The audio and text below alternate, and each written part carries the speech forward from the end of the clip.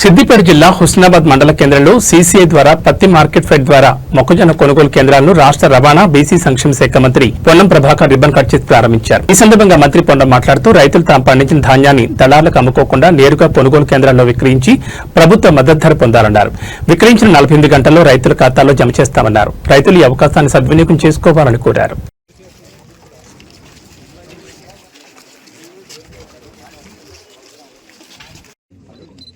Right side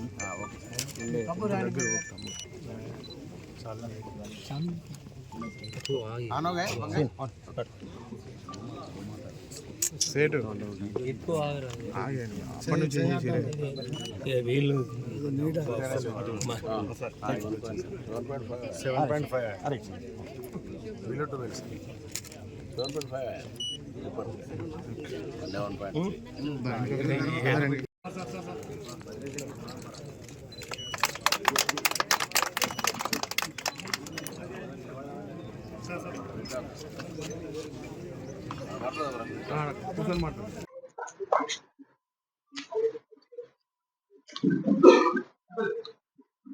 ఈరోజు గోమాత ginning mill Husnabad లో కాటన్ కార్పొరేషన్ ఆఫ్ ఇండియా పక్షాన పత్తి కొనుగోలు కేంద్రాన్ని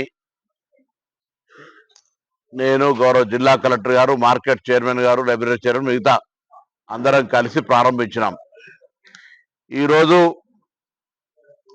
కాటన్ కార్పొరేషన్ 12 రాష్ట్రాల్లో మొబైల్ యాప్ ద్వారా కిసాన్ కపాస్ కిసాన్ కింద ఆన్లైన్ బుకింగ్ చేసుకొని ఆ ఆన్లైన్ ఓటీపీ తోటి ఏ జిన్నింగ్ మిల్లుకి వస్తే ఆ జిన్నింగ్ మిల్లుకి పోయి పత్తి అమ్ముకునే సౌకర్యాన్ని కలుగజేస్తూ ఉంది.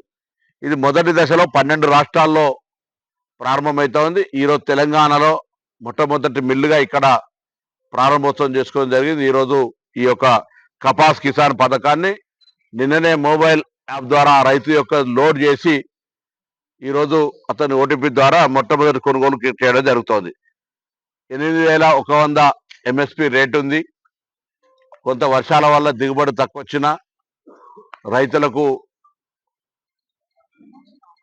దాదాపు 29 ట్యాబ్లెట్ ఉండాలి, 12% తేమ లోపల ఉండే విధంగా పత్తికి సంబంధించి కాటన్ కార్పొరేషన్ ఆఫ్ ఇండియా, అదేవిధంగా తెలంగాణ ప్రభుత్వ వ్యవసాయ మార్కెటింగ్ శాఖ ద్వారా ఈ యొక్క పర్యవేక్షణ జరుగుతుంది. జిల్లా కలెక్టర్ గారు ఈ యొక్క చొరవ తీసుకొని గౌరవ వ్యవసాయ శాఖ మంత్రి తుమ్మల నాగేశ్వరరావు గారు, ముఖ్యమంత్రి గారి రేవంత్ రెడ్డి గారి పర్యవేక్షణలో తెలంగాణ రాష్ట్ర వ్యాప్తంగా పత్తి కొనుగోళ్ల ప్రక్రియ ప్రారంభమైంది.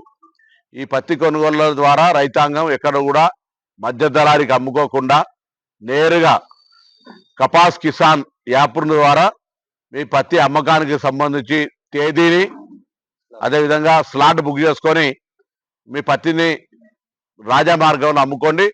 48 గంటల నుంచి 72 గంటల లోపల మీ పేమెంట్ అయిపోతుంది. ఎక్కడ కూడా ఇబ్బంది లేదనే మాటని సందర్భంగా తెలియజేస్తాను. అదేవిధంగా వరి ధాన్యానికి సంబంధించి ఇప్పుడు మార్కెట్ యార్డ్లో కూడా కొనుగోలు ప్రారంభం చేస్తా ఉన్నాం. మొక్కజొన్న వరికి స్టార్ట్ అయింది ఆల్రెడీ. మొక్కజొన్న కూడా కొనుగోలు చేస్తా ఉన్నాం. మొక్కజొన్న కానీ, వరి కానీ, పత్తి కానీ అన్ని కొనుగోలు కేంద్రాలను వెంటనే ప్రారంభించి ఆలస్యం చేయకుండా రైతులకు ఇబ్బంది లేకుండా తగిన చర్యలు తీసుకోవాలని తెలంగాణ ప్రభుత్వం ఇప్పటికే అన్ని జిల్లా కలెక్టర్లు ఆదేశించింది.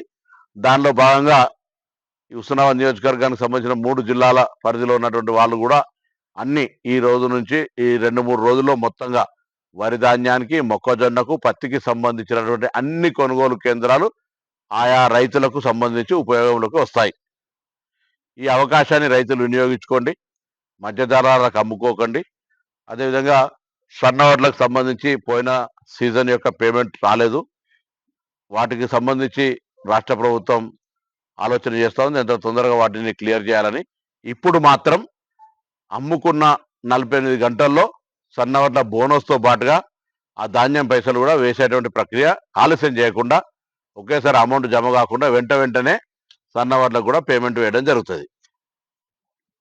ఇంకా రైతాంగానికి సంబంధించి నిన్ననే జిల్లా కలెక్టర్ గారు అక్కన్నపేటలో సన్ఫ్లవర్ సీడ్ డిస్ట్రిబ్యూషన్ చేసినారు.